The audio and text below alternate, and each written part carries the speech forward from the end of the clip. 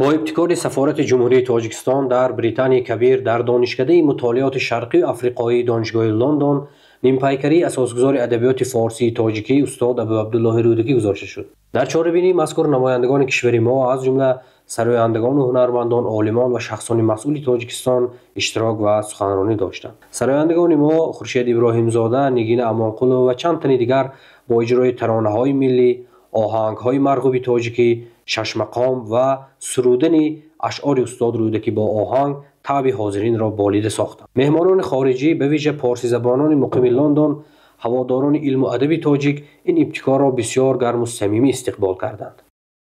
از وزارت فرهنگ و علوم تاجیکستان بود که تقریبا فکر میکنم یک 2-3 سالی شاید هست که میخواستن که یک مجسمه رودکی رو به ما هدیه بدن و البته دیگه میدونید که زمان کووید و دیگه اصلا همه چی به هم خورد، ولی خدا رو شکر که دوباره پیگیری کردن. برای من باعث افتخاره که تندیس رودکی رو اینجا ببینم، چون اینجا مرکز مطالعات خاورشناسی، یک مرکز مهم در دنیاست.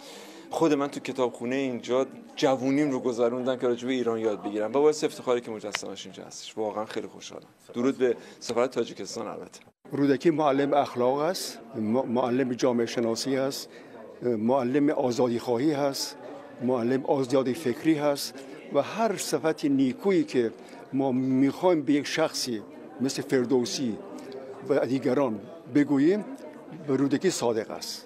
یعنی رودکی در واقع پیشرو فردوسی است. وزارت فرهنگ تاجیکستان در سیمای کشور ما سالها باز می‌خواست تا نیمپیکری استاد ابو عبدالله رودکی را در این دانشکده با نفوذ جهان گذارد. اما پهنشوی کووید 19 و بعضی عوامل‌های دیگر عملی شوی نقشه مذکور را به امروز آورد. در دایره چهاربینی مذکور همزمان کارمندان پژوهشگاه زبان و ادبیات به نام رودکی اکادمی ملی علم‌های تاجیکستان گلچین اشعار استاد رودکی را با نام جوی مولیان با 2 زبان تاجیکی و انگلیسی و خط پارسی تهیه کردند که توسط نشریه اکوپرینت در حجم 244 صفحه و با تعداد 600 نسخه چاپ شد. مرتبان متن و مؤلفان سرسخن فرانگیز شریف زاده و عمرالدین یوسفی، مترجمان متن انگلیسی پروانه جمشید و سفینه عبدالله میباشند. متن انگلیسی اشعار استاد رودکی از روی کتاب پدری شعر پارسی از ساسان طباطبایی تهیه شد. از جانب دکتر علوم فیلولوژی فرانگیز شریف زاده و عمرالدین یوسفی کتاب دیگری با نام رودکی پدری شعر پارسی تاجیکی و زبان انگلیسی توسط نشریه اکوپرینت چاپ شد و دسترسی حاضرین گردید. کتاب‌های جوی مولیان و رودکی پدری شعر پارسی تاجیکی برای دوستداران ادبیات تاجیک و پژوهشگران شعر استاد رودکی ارمغان خوب است.